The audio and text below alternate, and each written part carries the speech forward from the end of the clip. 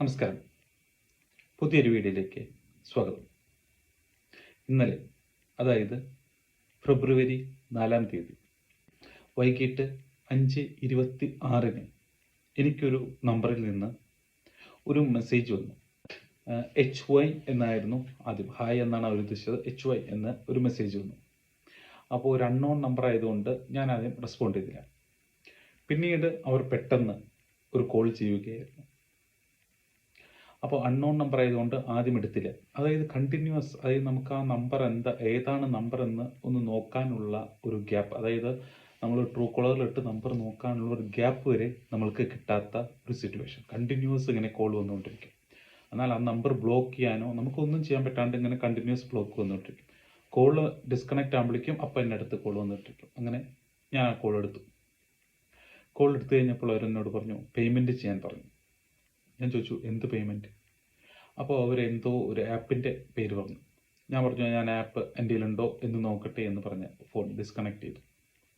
കാരണം എങ്ങനെയെങ്കിലും വല്ല ആപ്പും ഇൻസ്റ്റാൾ ആയിട്ടുണ്ടോ എന്നറിയാൻ വേണ്ടി ഞാൻ ആപ്പ് ഉണ്ടോ എന്ന് നോക്കട്ടെ എന്ന് പറഞ്ഞ് ഡിസ്കണക്ട് ചെയ്യുകയും അവരപ്പോൾ തന്നെ രണ്ടാമത് വിളിക്കുകയും, അപ്പോൾ ഞാൻ പറഞ്ഞു എന്താണ് ആപ്പിൻ്റെ പേര് എന്ന് പറയുമ്പോൾ അവർ പറഞ്ഞു സമയം അതിക്രമിച്ചു, സമയം തീർന്നിരിക്കുന്നു, ഞങ്ങൾ ഞങ്ങളുടെ വർക്ക് ചെയ്യാൻ പോവുകയാണ്.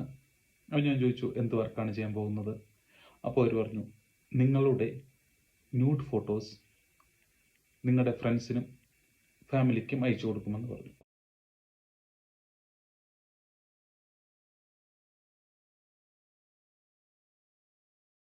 ഞാൻ പറഞ്ഞു അയച്ചു കൊടുത്തോളാം പറഞ്ഞു. അപ്പോൾ അവർ പറഞ്ഞത് എനിക്ക് വിശ്വാസമാകാത്തത് കൊണ്ടാണെന്ന് കരുതി അവർ എൻ്റെ കയ്യിലുള്ള കോണ്ടാക്ട്സ് മൊത്തം എനിക്ക് തന്നെ അയച്ചു. അപ്പോൾ പെട്ടെന്ന് ഞാൻ മെൻ്റലി ഒന്ന് ഡൗൺ ആവുകയും പിന്നെ എന്ത് ചെയ്യണമെന്ന് അറിയാത്തൊരവസ്ഥയുമായി. എനിക്ക് തോന്നുന്നത് ഞാൻ എന്തോ ഒരു ആപ്ലിക്കേഷൻ തുറന്നു കഴിഞ്ഞപ്പോൾ എവിടെയോ അറിയാതെ എന്തോ വായിക്കാതെ ഞാൻ എന്തെങ്കിലും സിങ്ക് കൊടുക്കുകയായിരിക്കാം. അങ്ങനെ എൻ്റെ കോണ്ടാക്ട് ലിസ്റ്റ് മൊത്തം അവരുടെ ആയിരിക്കും. പക്ഷെ ഞാൻ ഈ റീസെൻ്റായിട്ടൊന്നും ചെയ്തിട്ടുമില്ല. ഏകദേശം ഒരു 6 മാസം അല്ലെങ്കിൽ ഏകദേശം ഒരു 3-4 മാസം മുമ്പ് ഞാനൊരു ഓൺലൈൻ ജോബിൽ ഒരു ഓൺലൈൻ ക്ലിക്ക് ചെയ്യുന്ന ഒരു ജോബ് ഉണ്ടായിരുന്നു. അത് ഞാൻ ലാപ്ടോപ്പ് വഴിയാണ് ചെയ്യാറ്. പക്ഷേ എന്തോ ഒരു ദിവസം മൊബൈൽ വഴി ചെയ്തിട്ടുണ്ട്. അങ്ങനെ എന്തോ ആയിരിക്കാമെന്ന് ഞാൻ പ്രതീക്ഷിക്കുന്നു. അങ്ങനെ എന്ത് ചെയ്യണമെന്നറിയാതെ ഏകദേശം ഒരു 4 മിനിറ്റോളം ഞാൻ അവരുമായിട്ട് സംസാരിച്ചു. അതെൻ്റെ ഭാഗത്തെ തെറ്റാണ്. ഞാൻ ഒരിക്കലും അവരായിട്ട് സംസാരിക്കാൻ പാടില്ലായിരുന്നു. അങ്ങനെ സംസാരിച്ചിരിക്കുമ്പോൾ നമ്മുടെ വൈഫ് അവിടെ ജോലി ഉണ്ടായിരുന്നു. പുള്ളിക്കാരത്തി അറിയാതെ, അറിഞ്ഞു കഴിഞ്ഞാൽ ഇനി അതിന് ടെൻഷൻ അടിക്കണ്ട എന്ന് കരുതി പുള്ളിക്കാരത്തി അറിയാതെ ഞാൻ എൻ്റെ ഫ്രണ്ടുമായിട്ട് സംസാരിക്കാൻ അവൻ്റെ റൂമിൽ പോയി. അവൻ്റെ ആയിട്ടുള്ള കുറച്ച് കാര്യങ്ങളാൽ തിരക്കിലായിരുന്നു. അപ്പോൾ എന്നോട് പറഞ്ഞു നമ്പർ ഡിസ്കണക്ട് ചെയ്യാൻ പറഞ്ഞു. ഞാൻ ഡിസ്കണക്ട് ചെയ്ത് കഴിഞ്ഞാൽ അവർ ന്യൂഡ് ഫോട്ടോസ് അയക്കും എന്ന് ഞാൻ അവനോട് പറയുകയും അവൻ പറഞ്ഞു സാരമില്ല നമുക്ക് നോക്കാമെന്ന് പറഞ്ഞപ്പോൾ അവർ വീണ്ടും തിരിച്ചു വിളിക്കുകയും അവർ ഹിന്ദിയിൽ സംസാരിക്കുമ്പോൾ ഇംഗ്ലീഷിൽ സംസാരിക്കാൻ പറയുകയും കുറച്ച് കഴിഞ്ഞപ്പോൾ എൻ്റെ കോൺടാക്ട് ലിസ്റ്റിലുള്ള ഒരു നമ്പർ എനിക്ക് അയച്ചു തന്നു. അപ്പോൾ ഞാൻ ആ നമ്പർ നോക്കി കഴിഞ്ഞപ്പോൾ ആ നമ്പർ അയച്ചു തന്നതോടുകൂടി അവർ എൻ്റെ നമ്പർ ബ്ലോക്ക് ചെയ്ത പോലെ, അതായത് നമ്മൾ അവർക്ക് എന്തെങ്കിലും അയച്ചു കഴിഞ്ഞാൽ അത് ഡെലിവേർഡ് ആവില്ല. അപ്പോൾ ഞാൻ ആ നമ്പർ ഒരു കേരള നമ്പറാണ്, +91 പിന്നെ കേരള നമ്പർ സ്റ്റൈലിൽ ഒരു നമ്പറായിരുന്നു. അത് ട്രൂ കോളറിൽ നോക്കി കഴിഞ്ഞപ്പോൾ നമ്മുടെ അറിയുന്ന ഒരാൾ തന്നെയാണ്. ഞാൻ അവരെ വാട്സാപ്പിൽ വിളിക്കുകയും എൻ്റെ വല്ല ഫോട്ടോസ് നിങ്ങൾക്ക് വന്നിട്ടുണ്ടോ എന്ന് ചോദിക്കുകയും അവർ അപ്പോൾ ആകെ പേടിക്കുകയും ചെയ്തു. പിന്നീട് അപ്പോൾ തന്നെ അവരായിട്ട് ഡിസ്കണക്ട് ചെയ്ത് ഏകദേശം ഒരു 2 മിനിറ്റിനുള്ളിൽ നമ്മൾ സൈബർ സെക്യൂരിറ്റി ടീമിനെ വിളിക്കുകയും വിത്തിൻ സെക്കൻഡ്സ് അവരുമായിട്ട് സംസാരിക്കാൻ സാധിക്കുകയും വളരെ നല്ല റെസ്പോൺസ് ആയിരുന്നു അവരുടെ സൈഡിൽ നിന്ന്. അങ്ങനെ അവരായിട്ട് സംസാരിച്ചപ്പോൾ +92 എന്നാണ് നമ്പർ വന്നതെന്ന് പറഞ്ഞപ്പോൾ അവർ ഇങ്ങോട്ട് പറഞ്ഞത് അവർ കാശ് ആവശ്യപ്പെട്ടു എന്നാണ്. കാശ് ആവശ്യപ്പെട്ടിട്ടുണ്ടെങ്കിൽ ഒന്നും കൊടുക്കണ്ട എന്നും നമ്പർ ബ്ലോക്ക് ചെയ്യാൻ പറഞ്ഞു. അപ്പോൾ നമ്പർ ബ്ലോക്ക് ചെയ്യാൻ പറഞ്ഞപ്പോൾ ഞാൻ ചോദിച്ചു അവർ ന്യൂഡ് ഫോട്ടോസ് അയച്ചാലോ എന്ന് ചോദിച്ചപ്പോൾ പറഞ്ഞു അങ്ങനെയൊന്നും സംഭവിക്കില്ല, നമ്പർ ബ്ലോക്ക് ചെയ്തിട്ട് സ്റ്റാറ്റസ് ഇടാൻ പറഞ്ഞു. നമ്പർ ബ്ലോക്ക് ചെയ്ത് കഴിഞ്ഞിട്ട് എൻ്റെ നമ്പർ ഹാക്ക് ആയിട്ടുണ്ടെന്ന് പറഞ്ഞ് അവരൊരു സ്റ്റാറ്റസ് ഇടാൻ പറഞ്ഞു. സത്യത്തിൽ അതൊരു പൊട്ടത്തരമായിരുന്നു, അത് ഇടേണ്ട ആവശ്യമുണ്ടായിരുന്നില്ല. സ്റ്റാറ്റസ് ഇടുകയും ഇനി ആ നമ്പറിൽ നിന്ന് കോൾ വന്നു കഴിഞ്ഞാൽ അടുത്തുള്ള പോലീസ് സ്റ്റേഷനിൽ പോയി കംപ്ലയിൻറ്റ് ചെയ്യാൻ പറയുകയും ചെയ്തു. ഞാൻ അപ്പോൾ എൻ്റെ ഫ്രണ്ടിനോട് ചോദിച്ചു, നമുക്കിപ്പോൾ തന്നെ പോയി കംപ്ലയിൻറ്റ് ചെയ്താലോ എന്ന്. പക്ഷേ അവൻ പറഞ്ഞു വേണ്ട എന്ന് പറഞ്ഞു. എന്നിട്ട് ഞാൻ അപ്പോൾ തന്നെ സ്റ്റാറ്റസ് ഇടുകയും ചെയ്തു. എല്ലാ കോണ്ടാക്ട്സും കാണുന്ന രീതിയിൽ സ്റ്റാറ്റസ് ഇട്ടു. അങ്ങനെ സ്റ്റാറ്റസ് ഒക്കെ ഇട്ട് കഴിഞ്ഞ് ഏകദേശം ഒരു മണിക്കൂർ കഴിഞ്ഞപ്പോൾ ഞാൻ ആലോചിച്ചു, ഇവർ ഹാക്ക് ചെയ്തേക്കുന്നത് എൻ്റെ കോണ്ടാക്ട് ലിസ്റ്റാണ്. അല്ലെങ്കിൽ എൻ്റെ കയ്യിൽ നിന്ന് പറ്റിയ ഒരു അബദ്ധപ്രകാരം അവർക്ക് എൻ്റെ കോണ്ടാക്ട് ലിസ്റ്റ് കിട്ടുകയാണ് ചെയ്തിരിക്കുന്നത്. നേരെ മറിച്ച് അവർ എൻ്റെ ഫോൺ ഹാക്ക് ചെയ്തിട്ടില്ല. അപ്പോൾ ഹാക്ക് ചെയ്യാത്ത സ്ഥിതിക്ക് അവർക്ക് എൻ്റെ ഫോണിൽ നിന്ന് എൻ്റെ ഫോട്ടോ മറ്റുള്ളവർക്ക് അയച്ചു കൊടുക്കാൻ സാധിക്കില്ല. അവർക്ക് അവരുടെ നമ്പറിൽ നിന്ന് എൻ്റെ ഫോട്ടോ അയച്ചു കൊടുക്കാൻ സാധിക്കും.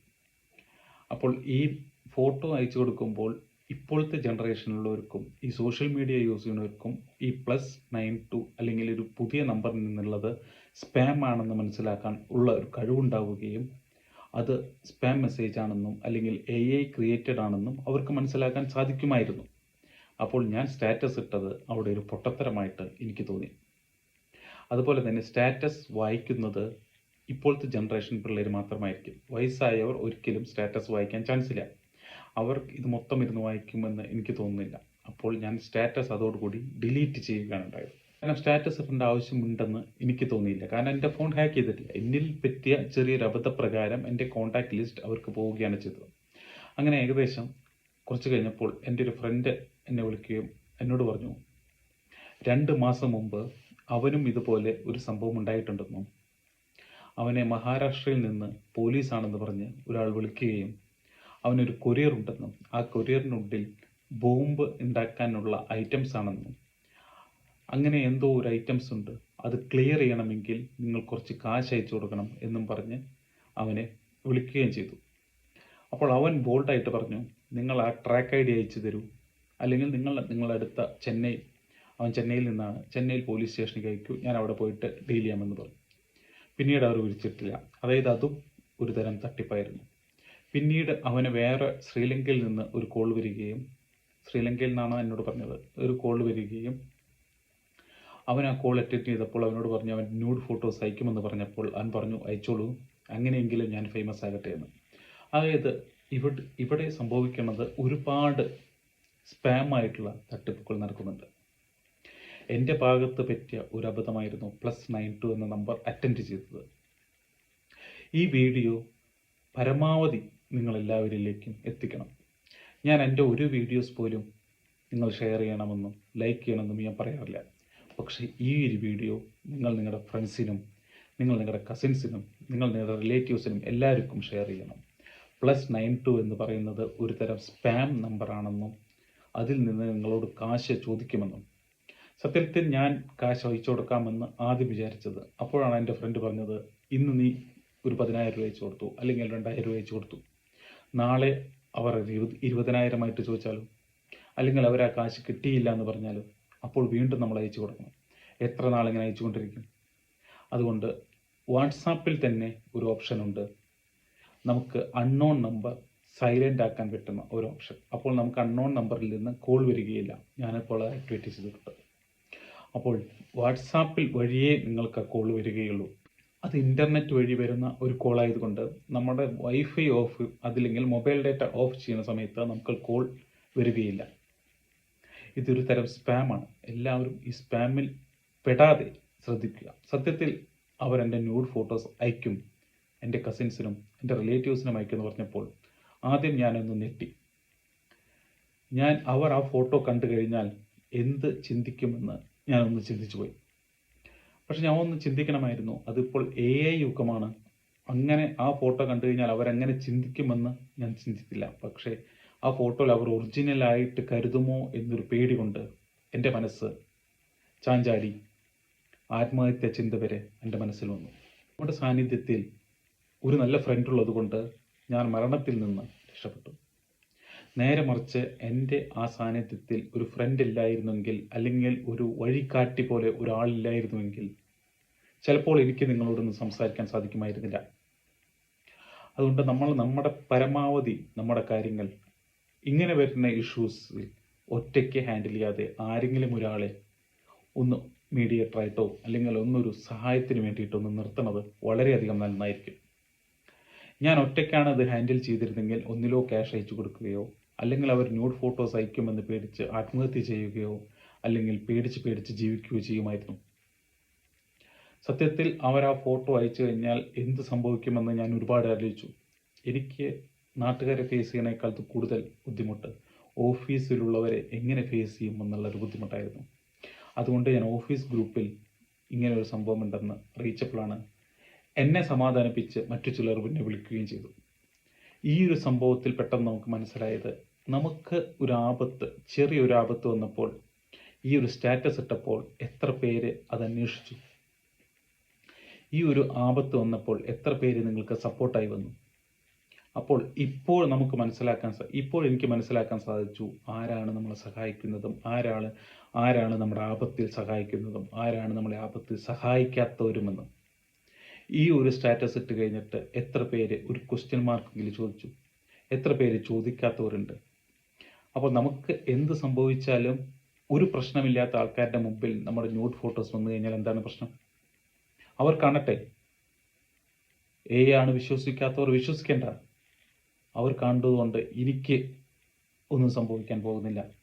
അവരത് കണ്ടിട്ട് എന്ന് പറഞ്ഞു കഴിഞ്ഞാൽ അവർക്ക് എനിക്കത് എന്നറിയാം, എൻ്റെ വീട്ടുകാർക്ക് അത് എന്നറിയാം. നാട്ടുകാരെ ബോധിപ്പിക്കേണ്ട ആവശ്യം എനിക്കില്ല. എൻ്റെ ഫോട്ടോ ഇങ്ങനെ വരില്ല എന്നും എൻ്റെ വീട്ടുകാർക്ക് വിശ്വാസമുള്ളിടത്തോളം കാലം, എൻ്റെ ഫാമിലിക്ക് വിശ്വാസമുള്ളിടത്തോളം കാലം എനിക്കാരെയും ബോധിപ്പിക്കേണ്ട ആവശ്യമില്ല. ഞാൻ ഇങ്ങനെ ഒരു പ്രശ്നമുണ്ടായി എന്ന് പറഞ്ഞപ്പോൾ ചോദിക്കാത്തവരുടെ മുമ്പിൽ എനിക്കൊരു പുണ്ണാക്കും കാണിക്കേണ്ട ആവശ്യമില്ല. പക്ഷേ ഇതിപ്പോൾ ഞാൻ സമൂഹത്തിന് വേണ്ടി പറയുന്നു. 92 എന്ന് വരുന്ന നമ്പർ സ്പാമാണ്.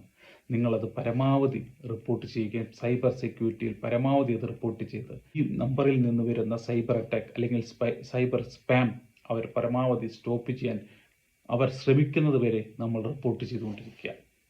നമ്മുടെ ഇന്ത്യ ഗവൺമെൻറ് എന്തുകൊണ്ട് ഇതിനൊരു ആക്ഷൻ എടുക്കുന്നില്ല എന്ന് എനിക്കിപ്പോഴും അറിയുന്നില്ല. അവർ ആക്ഷൻ എടുക്കുന്നത് വരെ നമ്മൾ റിപ്പോർട്ട് ചെയ്തുകൊണ്ടേയിരിക്കണം. ഇങ്ങനെ ഒരു അറ്റാക്ക് നിങ്ങൾക്ക് വരാതിരിക്കട്ടെ. നിങ്ങൾ എപ്പോഴും ബോൾഡായിരിക്കാൻ പരമാവധി ശ്രമിക്കുക. നന്ദി, നമസ്കാരം.